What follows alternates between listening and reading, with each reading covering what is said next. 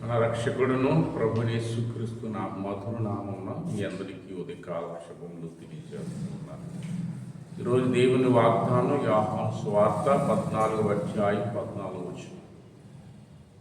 నా నామమును మీరు నన్ను ఏమి అడిగినను నేను చేతును. పిల్లరా, దేవాతి దేవుడు ఉదయకాలం ఆయన నామమున మీరు ఏమి అడిగినను నేను చేస్తానని వాగ్దానం చేస్తాను.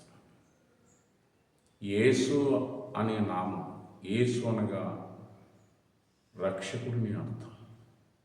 ఆయనకు ఒక్కడికి మాత్రమే ఆ శక్తి, ఆ అధికారము ఆయన కలిగి ఉన్నారు.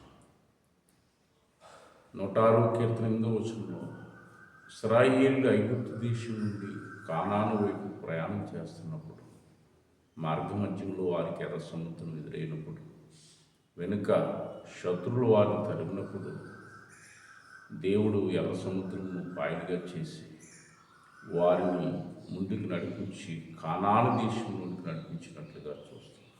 ఇలా మన దేవుడు రక్షించేటువంటి దేవుడు. ఆయన నామము రక్షణ కలిగినటువంటి నామం.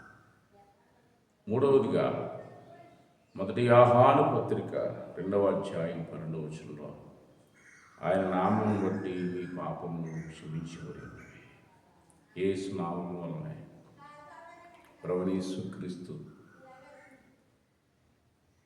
నామం వలనే మీకు పాప విమోచన ఉన్నదని ప్రభు వాక్యం మనకి సెలవిస్తుంది. నీ పాపమును పరిహరింపచేయబడాలంటే ఆయన నామం వలన మాత్రమే నీ పాపం పరిహరించబడతాం. దేవుడి కొద్ది మాటలు దీవించి ఆశీర్వదించుగాక. పరిశుద్ధుడు తండ్రి, ఉదయకాలం నీవు ఇచ్చిన వాగ్దానాన్ని బట్టి, నా నామం బట్టి మీరు ఏం అడిగినో నేను చేస్తాను. నా నామం బట్టి మీరు రక్షిస్తాను.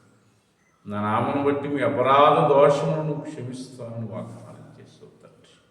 అట్టి వాగ్దానం బిడ్డలందరూ జీవితం నెరవేర్చండి. ఉదయకాలం ప్రయాణాలు, పనిపాట్లు నాయన నీకు వారి యొక్క బిడ్డలను, వారి కుటుంబాలను ఆశీర్వదించు. యేసు నామం ప్రార్థన చేసి పెట్టుకుంటున్నాను మా పరమ తండ్రి. God bless you. దేవుడిని దీవించి ఆశీర్వదించుగాక. ఆమేన్.